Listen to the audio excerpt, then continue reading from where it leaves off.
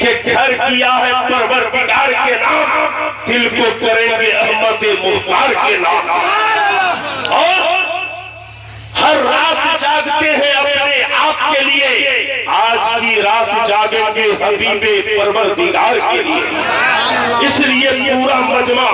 محبتوں کے ساتھ ہاتھ اٹھا کر کے کہہ دیجئے یا رسول اللہ، یا حبیب اللہ۔ جنتی مسلمانوں، آپ بہت ہی پوتر محفل میں بیٹھے ہوئے ہیں، منچ پر ایک سے ایک وقتاگن دیش بدیش سے آئے ہوئے ہیں، آپ اپنے ماتھے کی آنکھوں سے، سر کی آنکھوں سے علماء کرام کے چہرے کی زیارت کر رہے ہیں۔ وقت اتنا نہیں ہے کہ سب کا تعارف کراؤں، سب کا پریچے کرواؤں، جو ذرہ جس جگہ ہے وہی آفتاب ہے، بس آپ بیدار رہیے، جو بات اچھی لگے سبحان اللہ کریے، بات کو اگر آگے بڑھائی جائے تو پورا مجمع ایک مرتبہ اور کہہ دیجئے یا رسول اللہ، یا حبیب اللہ۔ جنتی مسلمانوں، آج کا مسلمان تو کامیابی نیتاؤں کے پیچھے ڈھونڈتا ہے، اور کامیابی کو ڈھونڈنے کے لیے کوئی ودھایک سے ہاتھ ملاتا ہے کہ کامیابی مل جائے، کوئی سانسد سے ہاتھ ملاتا ہے کہ کامیابی مل جائے، کوئی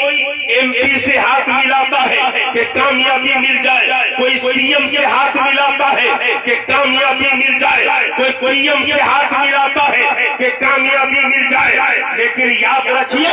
کامیابی ودھایک سے ہاتھ ملانے میں نہیں ہے، کامیابی سانسد کی گاڑی میں بیٹھنے سے نہیں ہے، کامیابی سی ایم کے دلال بنی کرنے میں نہیں ہے، کامیابی پی ایم کے چمچہ گیری کرنے میں نہیں ہے، کامیابی حکومت کے دلالی میں نہیں ہے، بلکہ کامیابی تو محمد الرسول اللہ کی غلامی، کامیابی تو محمد الرسول اللہ کی غلامی میں ہے۔ حضرات بات کو آگے بڑھاتا ہوں، شاعر کہتا ہے سارے عالم کو نیند آ گئی، ان کا دیوانہ بیدار ہے۔ 12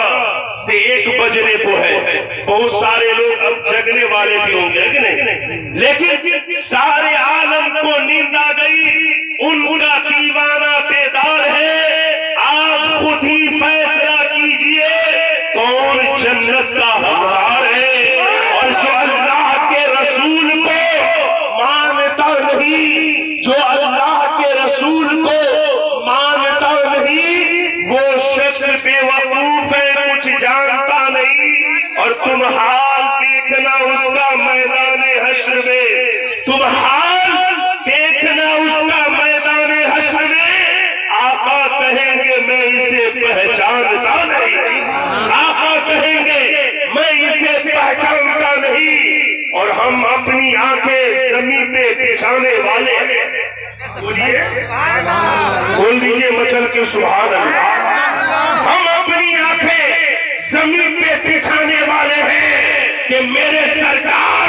مدینے سے آنے والے ہیں، میرے سرکار مدینے سے آنے والے ہیں۔ اور فلک کے چاند تاروں کہیں پہ چھپ جاؤ، فلک کے چاند تاروں کہیں پہ چھپ جاؤ، نقاب رخ سے محمد ہٹانے والے ہیں،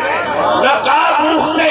محمد ہٹانے والے ہیں۔ اور اے عاشقان محمد ادب سے بیٹھو یہاں، اے عاشقان محمد ادب سے بیٹھو یہاں، کہ وہ کچھ ہی دیر میں تشریف لانے والے ہیں، کہ وہ کچھ ہی دیر میں تشریف لانے والے ہیں۔ اعلیٰ حضرت سرکار فرماتے ہیں کہ اگر تربت شے سے فاضل ہے، اگر تربت کعبہ اگر تربت شے سے فاضل ہے، کیوں بائیں جانب اس کے لیے منزل ہے۔ اعلیٰ حضرت نے پوری دنیا سے ایک سوال کیا کہ بتایا جائے کہ تربت پیغمبر افضل ہے یا کعبہ افضل ہے۔ علماء کرام نے کہا کہ وہ مٹی جو مصطفیٰ جان رحمت کے جسم انور سے لگی ہوئی ہے، وہ مٹی پوری دنیا سے افضل ہے، پوری دنیا سے افضل ہے۔ اس لیے کہ کعبہ دنیا میں داخل ہے، اس لیے وہ مصطفیٰ جان رحمت کا روزہ کعبہ سے بھی افضل ہے۔ جنتی مسلمانوں، لیکن اعلیٰ حضرت سوال کر رہے ہیں کہ ہمیشہ دائیں ہوتی ہے، افضل جو چیز ہوتی ہے ہمیشہ دائیں ہوتی ہے، لیکن یہاں مسئلہ الٹا ہے، اس لیے یہ کھانا آپ دائیں ہاتھ سے کھاتے ہیں، پانی دائیں ہاتھ سے پیتے ہیں، آپ مسجد میں پہلے داہنا قدم رکھتے ہیں، مسجد میں داہنے جانب نماز پڑھنے میں زیادہ ثواب ہے، بائیں جانب کم، قیامت کے میدان میں جنتی دائیں جانب ہوں گے، دوزخی بائیں جانب ہوں گے، دنیا کی تمام مسجدوں میں دائیں جانب نماز پڑھنے میں زیادہ ثواب ہے، لیکن مسجد نبوی میں بائیں جانب نماز پڑھنے میں زیادہ ثواب ہے، کیوں کہ بائیں جانب مصطفیٰ جانب رحمت کا روزہ ہے، جنتی مسلمانوں، لیکن ہونا تو یہ چاہیے تھا کہ جو چیز افضل ہوتی ہے وہ بایاں ہوتی ہے، لیکن وہ دایاں ہوتی ہے، لیکن یہاں جو ہے مسئلہ الٹا ہے، جو چیز افضل ہے وہ بائیں ہے، اور جو چیز افضل نہیں ہے وہ دائیں ہے۔ اعلیٰ حضرت یہی سوال کرنا چاہتے کر رہے تھے، دنیا والوں بتاؤ کعبہ افضل ہے یا تربت پیغمبر افضل ہے؟ پوری دنیا کے عالم دین نے کا حضور کسی ایسے فیصلے کا اگر سوال ہوتا تو جواب دینے کی کوشش کرتے، جواب دینے کی ہمت جرأت کرتے، حضور سوال آپ نے کیا ہے تو جواب بھی آپ ہی عنایت کر دیجئے۔ اعلیٰ حضرت فرماتے ہیں کہ جب میں اس سوال کی تلاش میں نکلا تو سب سے پہلے میں نے اپنے جسم سے پوچھا، دائیں ہاتھ سے سوال کیا، اے دایاں تو بتا تو افضل ہے یا بایاں افضل ہے؟ داہنے پیر سے پوچھا کہ اے دایاں پیر بتا تو افضل ہے یا بایاں افضل ہے؟ اعلیٰ حضرت نے جب سوال کیا، دائیں پیر نے کہا کہ میں بائیں سے افضل ہوں، دائیں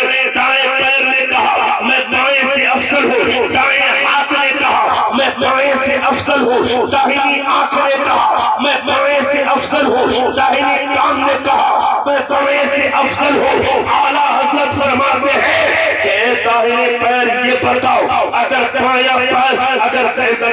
داہنا پیر اگر ٹوٹ جائے تو کیا بائیں کے چلائی میں کوئی فرق پڑے گا؟ اے داہنا ہاتھ اگر تو لولا ہو جائے تو کیا بائیں ہاتھ میں کوئی فرق پڑے گا؟ تو حضرات بائیں ہاتھ نے کہا کہ داہنا ٹوٹ جائے تو بائیں ہاتھ پہ کوئی اثر نہیں پڑتا۔ اعلیٰ حضرت فرماتے ہیں افضل کا کام تو یہ ہوتا ہے کہ افضل کام کرنا بند کر دے تو اس کے نیچے والا بھی کام کرنا بند کر دیتا ہے۔ اعلیٰ حضرت نے سوال کیا، اے جسم بتا